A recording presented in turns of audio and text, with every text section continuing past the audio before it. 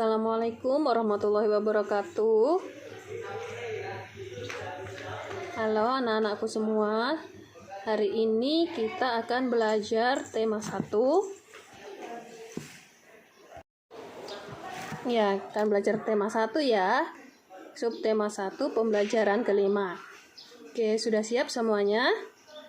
Kalau sudah siap, simak baik-baik ya supaya kalian bisa paham.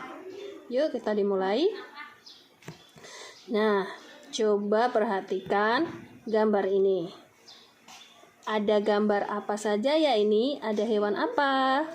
Nah, ini ada hewan kelinci dan seafood. Apa perbedaan alat gerak kedua hewan tersebut? Apa perbedaannya dari hewan kelinci dan siput? Kelinci bergerak dengan menggunakan kaki. Kalau siput bergerak menggunakan otot perutnya, ya. Nah, hewan itu dibagi menjadi 2 kelompok besar. Ada hewan yang disebut hewan vertebrata dan ada kelompok hewan yang disebut invertebrata. Nah, kalau vertebrata memiliki tulang belakang di tubuhnya. Ingat ya, vertebrata berarti memiliki tulang yang belakang di tubuhnya.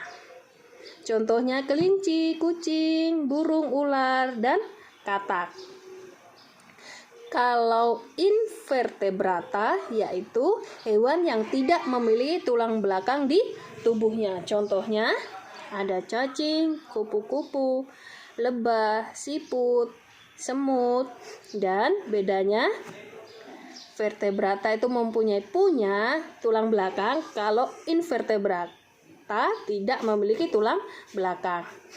Nah, walaupun memiliki 2 kelompok jenis hewan tersebut,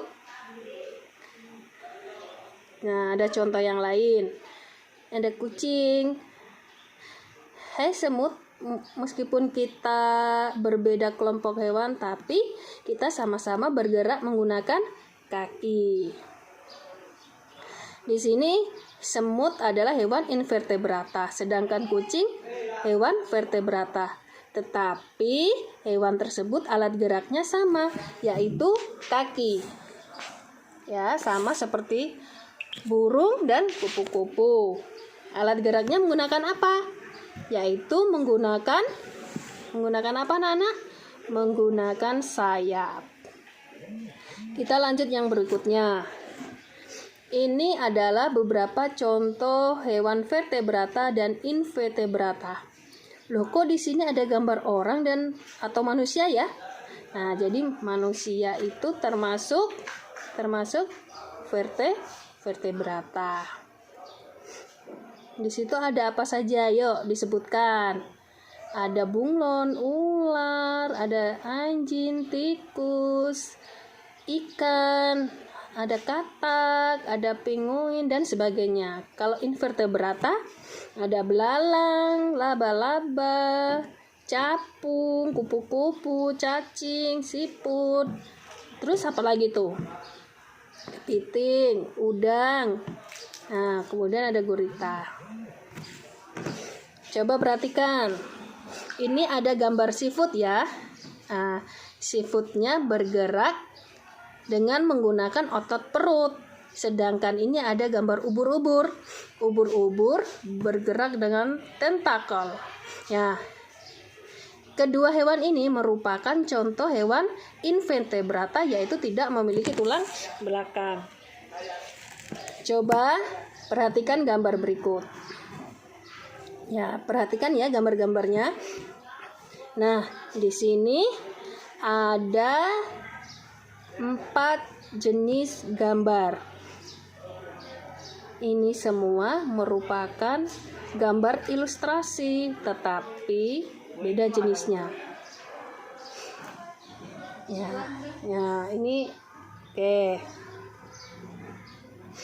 Jenis gambar ilustrasi itu dibagi menjadi 4. Gambar realis, karikatur, kartun, dan gambar dekoratif.